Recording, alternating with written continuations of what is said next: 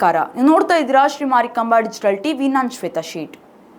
ಆ ಗ್ರಾಮದಲ್ಲಿ ಹಾಡು ಹಗಲೇ ಒಂದೇ ಕುಟುಂಬದ 4ರನ್ನ ಭೀಕರವಾಗಿ ಹತ್ಯೆ ಮಾಡಲಾಗಿತ್ತು. ಆಸ್ತಿಗಾಗಿ ತನ್ನ ಅಳಿಯನ ಕುಟುಂಬವನ್ನೇ ನಾಶ ಮಾಡಿದ ಅಪ್ಪ ಮಕ್ಕಳಿಗೆ ಕೋರ್ಟ್ ಶಿಕ್ಷೆ ವಿಧಿಸಿದ್ದು, ಮುಖ್ಯ ಆರೋಪಿಗೆ ಮರಣದಂಡನೆ ವಿಧಿಸಿದೆ. ಈ ಕುರಿತು ಒಂದು ರಿಪೋರ್ಟ್ ಇಲ್ಲಿದೆ.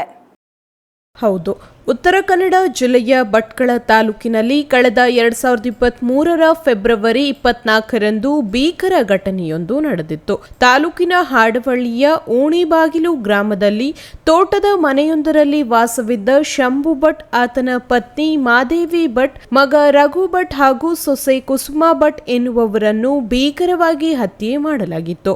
ಒಂದೇ ಕುಟುಂಬದ 4ರ ಹತ್ಯೆ ಇಡೀ ಉತ್ತರ ಕನ್ನಡ ಜಿಲ್ಲೆಯನ್ನು ಬೆಚ್ಚಿ ಬೀಳಿಸಿದ್ದು, ತನಿಖೆಗೆ ಉತ್ತರ ಕನ್ನಡ ಜಿಲ್ಲಾ ಪೊಲೀಸ್ ವರಿಷ್ಠಾಧಿಕಾರಿ ಭಟ್ಕಳ ಡಿವೈಎಸ್ಪಿ ನೇತೃತ್ವದಲ್ಲಿ 3 ತಂಡಗಳನ್ನು ಮಾಡಿ ಹತ್ಯೆ ಆರೋಪಿಗಳನ್ನು ಬಂಧಿಸಲು ಕಾರ್ಯಾಚರಣೆಗೆ ಇಳಿದಿದ್ದರು. ಇನ್ನು ತನಿಖೆಗೆ ಇಳಿದ ಪೊಲೀಸರು ಮನೆಯ ಸೊಸೆಯಾಗಿದ್ದ ವಿದ್ಯಾ ಭಟ್ ಎನ್ನುವರ ಸಹೋದರ ವಿನಯ ಭಟ್ ಹಾಗೂ ತಂದೆ ಶ್ರೀಧರ್ ಭಟ್ ಎನ್ನುವವರು ಕೊಲೆ ಮಾಡಿರುವುದನ್ನು ಪತ್ತೆ ಮಾಡಿ ಬಂಧಿಸಿದ್ದರು. ಆಸ್ತಿ ವಿಚಾರದಲ್ಲಿ ಕೊಲೆ ನಡೆದಿರುವುದು ತನಿಖೆ ವೇಳೆ ಬೆಳಕಿಗೆ ಬಂದಿದ್ದು, ಈ ಸಂಬಂಧ ಉತ್ತರ ಕನ್ನಡ ಜಿಲ್ಲಾ ನ್ಯಾಯಾಲಯದಲ್ಲಿ ವಿಚಾರಣೆ ನಡೆದಿತ್ತು.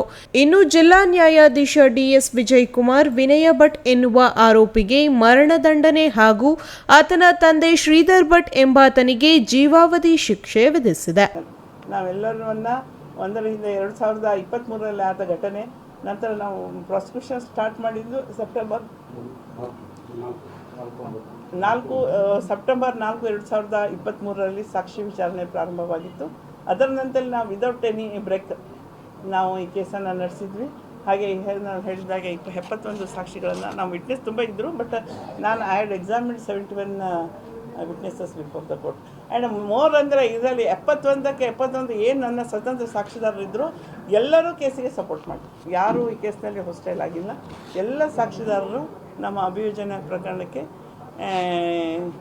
ಬೆಂಬಲವನ್ನು ಸೂಚಿಸಿದರು ಮತ್ತು ಎಲ್ಲ ಅಧಿಕಾರಿ ವರ್ಗದವರು ನಮಗೆ ಒಳ್ಳೆಯ ಕೋಆಪ್ರೇಷನನ್ನು, ಪೊಲೀಸ್ ಡಿಪಾರ್ಟ್ಮೆಂಟ್ ಎಸ್ಪೆಷಲಿ ನಮಗೆ ಒಳ್ಳೆಯ ಕೋಆಪ್ರೇಷನ್ ಈ ಪ್ರಕರಣಕ್ಕೆ ನಮಗೆ ಸಿಕ್ಕಿತ್ತು. ಇಷ್ಟೇ. ಭಟ್ಟರವರಿಗೆ 2 ಗಂಡು ಮಕ್ಕಳು. ಒಂದು ಹಿರಿಯ ಮಗ ಶ್ರೀಧರ್ ಭಟ್ ಮೊದಲೇ ಕಿಡ್ನಿ ಸಮಸ್ಯೆಯಿಂದ ಮೃತಪಟ್ಟಿದ್ದ. ಈಗ 2ನೇ ಮಗ ರಾಘವೇಂದ್ರ ಆಗಿದ್ದ. ಸೊ ರಾಘವೇಂದ್ರ ಮತ್ತು ಅವನ ಹೆಂಡತಿ ಕುಸುಮ ಮತ್ತು ಶಂಭು ಭಟ್ ಮತ್ತು ಅವರ ಹೆಂಡತಿ ಮಹಾದೇವಿ, ಅವ್ರ 4 ಜನರ ಕೊಲೆ ಆಗಿದೆ. ಈ ಮೃತ ಶಂಭು ಭಟ್ರಿಗೆ 2 ಚಿಕ್ಕ ಮಕ್ಕಳಿದ್ದಾರೆ. ಅವರನ್ನು ಶಂಭು ಭಟ್ ಅವರ ಮಗಳು ಜಯ ಅಡಿಗ ಇವರ ಸಂರಕ್ಷಣೆಯಲ್ಲಿ ಅವರಿದ್ದಾರೆ. ಇನ್ನು ಕೊಲೆಯಾದ ಶಂಭು ಭಟ್ನ ಹಿರಿಯ ಮಗನ ಜೊತೆ ವಿದ್ಯಾ ಭಟ್ ಎಂಬಾಕೆ ಮದುವೆಯಾಗಿರುತ್ತಾಳೆ. ಕ್ಯಾನ್ಸರ್ನಿಂದ ಆತ ಮೃತಪಟ್ಟಿದ್ದು, ಇದಾದ ನಂತರ ಆಸ್ತಿಗಾಗಿ ತಂದೆ ಸಹೋದರನ ಕುಮ್ಮಕ್ಕಿನಿಂದ ವಿದ್ಯಾ ಭಟ್ ಕೊಲೆಯಾದ ಶಂಭು ಭಟ್ಗೆ ಒತ್ತಡ ತರುವ ಜೊತೆ ಜಗಳಕ್ಕಿಳಿಯುತ್ತಾಳೆ. ಮೃತ ಶಂಭು ಭಟ್ ಬಳಿ ಸುಮಾರು 6 ಎಕರೆ ಅಡಿಕೆ ತೋಟವಿದ್ದು, ತೋಟದಲ್ಲಿ ಪಾಲು ಕೊಡುವ ವಿಚಾರದಲ್ಲಿ ವಿದ್ಯಾ ಭಟ್ ಕುಟುಂಬ ಹಾಗೂ ಶಂಭು ಭಟ್ ಕುಟುಂಬದ ನಡುವೆ ಗಲಾಟೆ ನಡೆಯುತ್ತಿತ್ತು. ಕೊಲೆಯಾದ ಶಂಭು ಭಟ್ ಅಂತಿಮವಾಗಿ 1.9 ಎಕರೆ ತೋಟವನ್ನು ವಿದ್ಯಾ ಭಟ್ಗೆ ನೀಡಿದ್ದರೂ ಗಲಾಟೆ ಮಾತ್ರ ಮುಂದುವರೆದಿತ್ತು. ಇನ್ನು ವಿದ್ಯಾ ಭಟ್ಗೆ ನೀಡಿದ್ದ ತೋಟವನ್ನು ಸಹೋದರ ವಿನಯ ಭಟ್ ನೋಡಿಕೊಳ್ಳುತ್ತಿದ್ದ. ಫೆಬ್ರವರಿ 24ರ ಮಧ್ಯಾಹ್ನ ತಂದೆ ಶ್ರೀಧರ್ ಭಟ್ ಜೊತೆ ತೋಟಕ್ಕೆ ಆಗಮಿಸಿದ ವೇಳೆಯಲ್ಲಿ ಮತ್ತೆ ಗಲಾಟೆ ನಡೆದಿತ್ತು.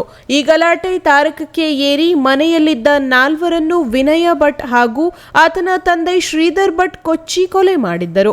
ಇನ್ನು ಪ್ರಕರಣದಲ್ಲಿ 71 ಸಾಕ್ಷಿಗಳನ್ನು ಭಟ್ಕಳ ಗ್ರಾಮೀಣ ಠಾಣೆ ಪೊಲೀಸರು ನೀಡಿದ್ದು, ಇದರಡಿ ಆರೋಪಿಗೆ ಮರಣದಂಡನೆ ನೀಡಿದ್ದು, ಮೃತರ ಕುಟುಂಬಕ್ಕೆ ನ್ಯಾಯ ನೀಡಿದ್ದಾರೆ. ಫೆಬ್ರವರಿ 24, 2023ನೇ ಇಸ್ವಿಯಲ್ಲಿ ನಮ್ಮ ತಂದೆ ನನಗೆ 12 ಗಂಟೆ ಫೋನ್ ಮಾಡಿದ್ದಾರೆ. ಮತ್ತೆ ನೀನು ಹೋಗಲಿಕ್ಕೆ ಸಾಧ್ಯತೆ ಇಲ್ಲ, ನೀವು ಕಾನೂನು ಪ್ರಕಾರ ತಗೊಳ್ಳಿ ಅಂತ ಹೇಳಿ ಕಳಿಸಿದ್ದೇನೆ ಅಂತ ಹೇಳಿದ್ರು. ನಾನು ಫೋನ್ ಮಾಡಲಿಲ್ಲ, ಮತ್ತೆ ಅವರಿಗೆ ಫೋನ್ ಮಾಡಲಿಲ್ಲ. ಹೋಗು ಅಂತ ಹೇಳ್ತಾರೆ, ಆಡಳಿ ಹೋಗಲ್ಲ ಅಂತ. ಹಾಗೆ ಕರ್ಕೊಂಡು ಹೋಗಿ ನೋಡಿದರೆ ಎಲ್ಲರೂ ಹೆಣವಾಗಿ ಬಿಟ್ಟಿದ್ದಾರೆ. ಆಮೇಲೆ ನಾನು ಹೋಗಬೇಕು, ನೀವು ಏನಾಗಬೇಕಂತ ಹೇಳಿದ್ರೆ ನಾನು ಹೇಳಿದೆ ಇವ್ರ ಮಗಳಾಗಬೇಕು ಮತ್ತು ಇವ್ರಿಗೆ ಆಸ್ತಿನಾಗಬೇಕು ಅಂತ ಹೇಳಿ. ಹಾಗೆ ಕಂಪ್ಲೇಂಟ್ ಕೊಟ್ಟು ನೋಡಿದರೆ ಸಂಪೂರ್ಣ ಆಸ್ತಿ ಅವಳ ವಶವಾಗಬೇಕು ಅಂತ ಇದನ್ನು ಕೊಲೆ ಮಾಡಿರಬೇಕಂತ ನಮ್ಗೆ ವಿನಯನಿಗೆ ಮರಣದಂಡನೆ, ತಂದೆ ಆದ ಶ್ರೀಧರನಿಗೆ ಜೀವಾವಧಿ ಶಿಕ್ಷೆ ಅಂತ ಕೊಲೆ ಸಂದರ್ಭದಲ್ಲಿ ರಾಘು ಭಟ್ ಹಾಗೂ ಕುಸುಮಾ ಭಟ್ ಅವರ ಇಬ್ಬರು ಮಕ್ಕಳು ಮನೆಯಲ್ಲಿ ಇಲ್ಲದಿದ್ದರಿಂದ ಇಬ್ಬರು ಬದುಕುಳಿದಿದ್ದಾರೆ. ಭಟ್ಕಳದಲ್ಲಿ ನಡೆದಿದ್ದ ಈ ಘಟನೆ ಇಡೀ ಜಿಲ್ಲೆಯಲ್ಲಿ ಸಾಕಷ್ಟು ಸಂಚಲನ ಮೂಡಿಸಿತ್ತು. ಸದ್ಯ ನ್ಯಾಯಾಲಯ ತ್ವರಿತಗತಿಯಲ್ಲಿ ವಿಚಾರಣೆ ನಡೆಸಿ ಆರೋಪಿಗಳಿಗೆ ಕಠಿಣ ಶಿಕ್ಷೆಯನ್ನು ವಿಧಿಸಿದೆ.